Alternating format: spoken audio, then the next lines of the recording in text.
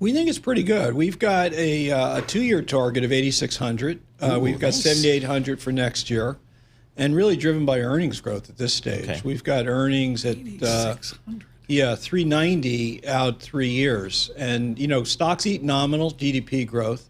Nominal GDP growth looks really good to us. You've got the AI revolution driving earnings. You've got enormous productivity.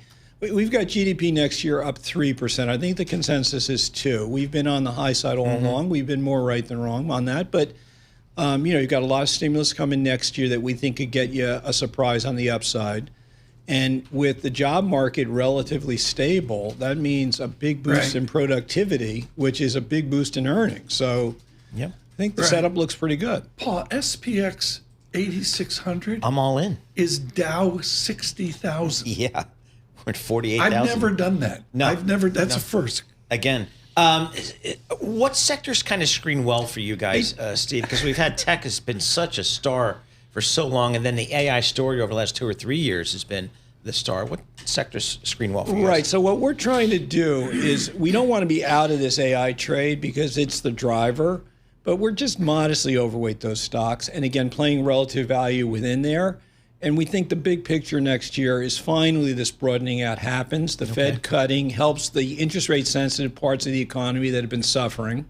So that starts to lift housing, regional banks, emerging markets actually had a good year this year off of very low levels. We think that's a really interesting place. So we are playing this broadening out trade, but not going underweight or avoiding the drivers of this thing, which are the tech stocks. But we think they're becoming a relative value play within there. We don't really see them as necessarily leading the market forward next year. Help us with the gloom that's out there. We have 3 years of double-digit return.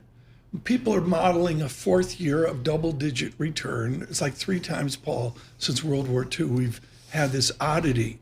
How should people cautious, including clients of Federated, how should they be enthusiastic if they don't feel that way?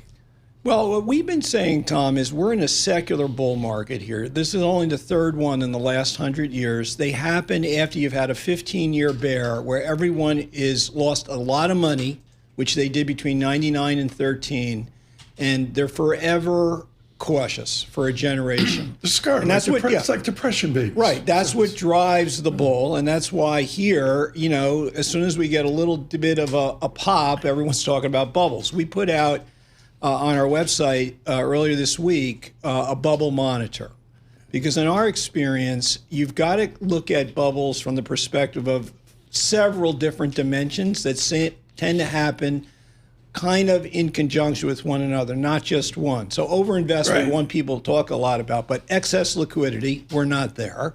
Actually, the Fed's probably too tight. Regulatory errors, we're not there. Overinvestment, you could sort of make the case maybe, but if you look at the levels of investment relative to GDP in this phase, it's still below what you saw in the other big industrial revolutions, and it's being funded by cash. Excess debt, we're not there. And overvaluations, we just went through the story on Amazon. I don't think we're there yet either. So we've got a few things flashing yellow, a little bit of fraud out there. That's never good. But we think generally we're early before you start calling for a bubble here. To get your Wednesday started, Stephen Auth with us. He's with Federated Hermes here on Equities. Got a real equity show. We'll do some bonds with Ira Jersey later, and we'll do some real estate as well. We're doing commodities today. We can do that. We'll do commodities as well. Paul Sweeney and Tom Keene, the way you listen to us. Thank you, 99.1 FM, Nathan Hager Radio in Washington, 92.9 FM in Boston, Bloomberg 1130 here, and of course on YouTube. Subscribe. The way you do this, somebody asked me the other day, how do I get you on YouTube? Okay. Here's the way you go on Bloomberg Podcasts. Up comes Bloomberg Podcasts. We do the live show every morning. Subscribe to Bloomberg Podcasts on YouTube to see handsome Steve Auth. Yeah, just click a button. There you go. Steve, how about U.S.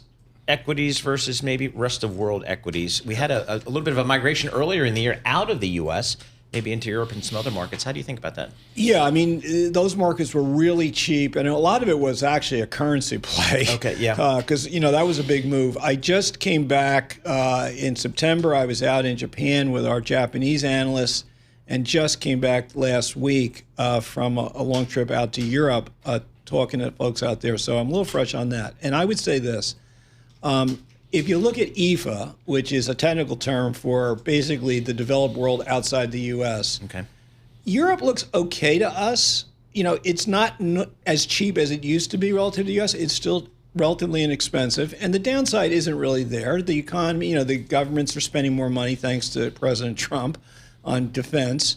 But on the other hand, there's not a lot of upside, and there's not a lot of AI technology in Europe. So it's kind of backstage. We think it's okay. Japan is really interesting. It's you know, restructuring. The first time the real estate market's finally come back after 30 years. Tom, you probably remember the days when Tokyo real estate was more expensive than all of the United States, et cetera. But it's starting to really come back now. So we think that's interesting. But basically, the way we're staged here is we're modestly overweight so-called EFA developed because of Japan. We're overweight EM because emerging markets is the only place outside the U.S. where you can get technology stocks, basically in Asia. And we think that looks interesting. We think Latin America next year looks pretty interesting. So we're overweight there, but our big overweights remain in the U.S. because that's where, you know, this is the leaders here in this industrial revolution. You're paying up for it, right? I mean, the valuation here is just extraordinary, isn't it? Well, as I said earlier, I think on the Mag 7, in some cases this are, but there's other ones in there that look pretty valuable and pretty cheap. And then on the other side of it, the rest of the broader market actually is inexpensive. So we think in the U.S., the big story next year is finally this broadening out trade. Right. It's going to benefit from these rate cuts from the Fed, the regional banks, the housing sector, the industrial. So, you know, we're playing the broadening out trade in the U.S., hanging in there with the U.S. tech stocks, but trading relative value, and then looking outside for more tech in Asia.